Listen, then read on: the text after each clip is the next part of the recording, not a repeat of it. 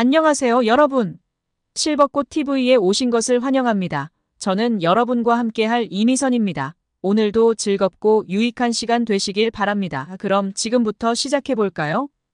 여러분들은 현재 3단계 학습 단계인 유튜브 실버꽃 TV 실전 문제 동영상을 시청하고 있습니다. 실전 문제 풀이는 3개의 레벨 즉 초식 레벨, 내공 레벨, 레전드 레벨로 구분됩니다.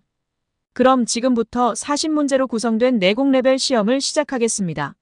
내공 레벨 초기 단계에서는 특정 문제에 해당되는 정답을 확인하는 방식으로 진행합니다. 정답에 대한 해설은 5초 이내의 짧은 문장으로 제공합니다. 오늘도 영양만 가득 가져가시기 바랍니다. 1번 문제입니다. 침대에 누워있던 대상자가 화장실에 간다며 일어나 앉더니 어지럽다고 할 때 대처 방법은?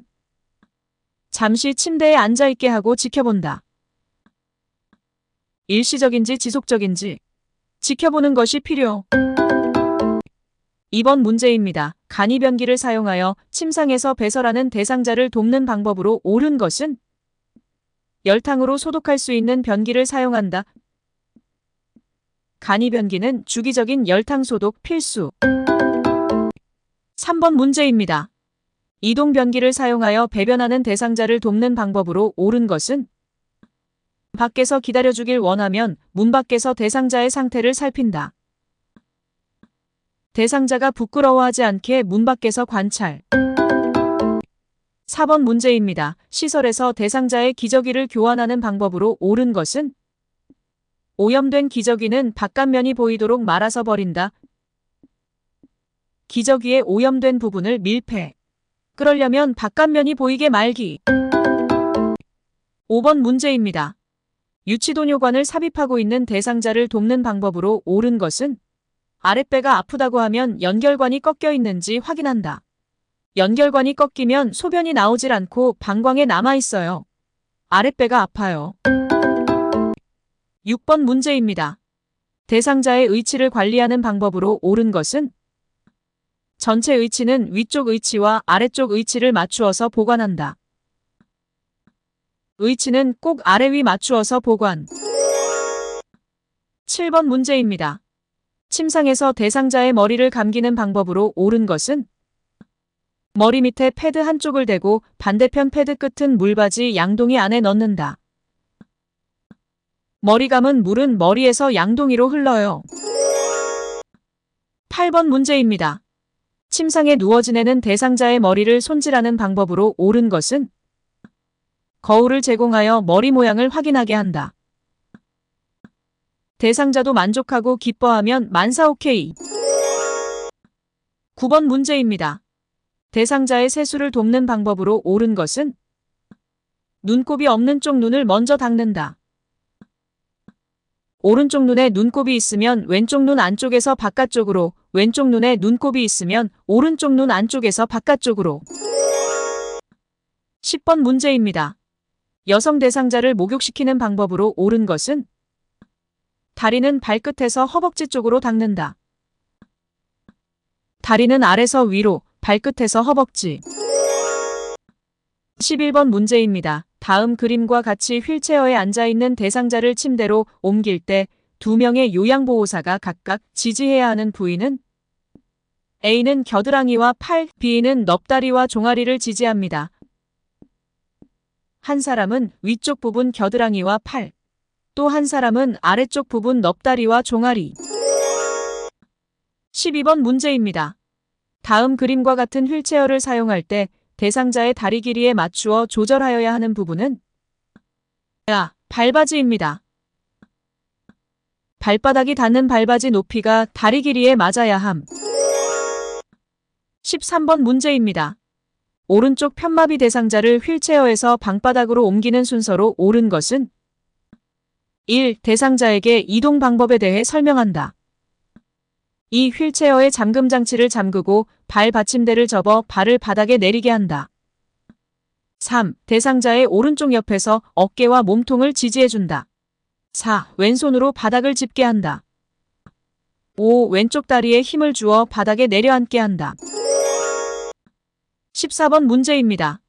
다음 대상자가 지팡이를 사용하고자 할 때 지팡이 길이를 결정하기 위한 손잡이의 높이는 지팡이를 다리 옆에 세웠을 때 둔부 높이입니다. 지팡이 높이는 엉덩이. 15번 문제입니다. 다음 그림과 같이 오른쪽 다리에 힘이 없는 대상자가 보행기를 사용하여 이동하는 순서로 옳은 것은 오른쪽 다리와 보행기, 왼쪽 다리 순입니다. 아픈 다리와 보행기, 건강 다리 순. 16번 문제입니다. 복지용구 중에서 요실금 팬티를 사용하는 방법으로 옳은 것은 요실금 팬티는 세탁하여 사용할 수 있다. 요실금 팬티는 세탁 가능. 17번 문제입니다. 감염 예방을 위해 손을 씻는 방법으로 옳은 것은 손가락 끝을 반대편 손바닥에 문질러 씻는다. 손가락 끝 반대편 손바닥에 문질러 빡빡. 18번 문제입니다. 대상자의 낙상을 예방하는 방법으로 옳은 것은 하지 근력 강화 운동을 하게 한다. 하체가 부실하면 낙상. 낙상 방지 하지 근력 강화. 19번 문제입니다. 가정에서 지진이 발생했을 때 대처 방법은 운동장이나 넓은 공터로 대피한다. 건축물 붕괴 및 낙하물 피해가 적은 운동장 또는 공터로 이동. 20번 문제입니다. 다음 그림의 세탁 표시에 따른 세탁 방법을 옳게 설명한 것은 옷걸이에 걸어서 그늘에서 건조한다. 원안에 빗금이 그늘이네. 21번 문제입니다. 대상자의 주거 환경을 안전하게 관리하는 방법으로 옳은 것은 현관 조명은 현관 밖과 발밑을 비출 수 있게 설치한다. 불 켰으면 현관 안이나 발밑이나 밖이나 모두 밝아야. 22번 문제입니다. 대상자의 일상 업무를 대행하는 방법으로 옳은 것은 업무를 대행하기 전에 준비할 자료나 경비를 점검한다. 자료나 경비 점검. 모든 것은 꼼꼼하게. 23번 문제입니다. 치매 대상자가 자신이 즐겨 입는 꽃무늬 스웨터를 접었다 폈다 하느라 잠을 자지 않을 때 대처 방법은 스웨터를 입고 자자며 다독인다. 대상자는 스웨터가 관심 대상, 그럼 입고 자요. 24번 문제입니다. 방금 식사를 마친 시설 치매 대상자가 계속 밥을 달라고 할 때 요양보호사의 적절한 반응은 다음 식사를 준비하고 있으니 조금만 기다려주세요. 곧 식사를 할 수 있다는 메시지 전달. 25번 문제입니다. 치매 대상자가 밤낮이 바뀌어 점심 식사 후 계속 졸고 있을 때 대처 방법은 밤 동안의 수면 상태를 파악한다. 원인을 알아야 해결. 밤에 잠은 잘 주무시나? 26번 문제입니다. 치매 대상자가 목적 없이 집안의 이곳저곳을 배회할 때 대처 방법은 색칠하기 활동을 하게 한다. 색칠하기, 화초 돌보기, 조용한 음악 등 대상자의 조용한 활동을 유도. 27번 문제입니다. 다음과 같은 상황에서 요양보호사의 적절한 반응은 시설 치매 대상자, 어제는 목걸이를 가져가더니 오늘은 금가락지를 훔쳐갔어. 도대체 누구야? 요양보호사, 어르신 서랍장에 있는지 함께 찾아봐요. 대상자 중심의 서비스가 필요. 28번 문제입니다.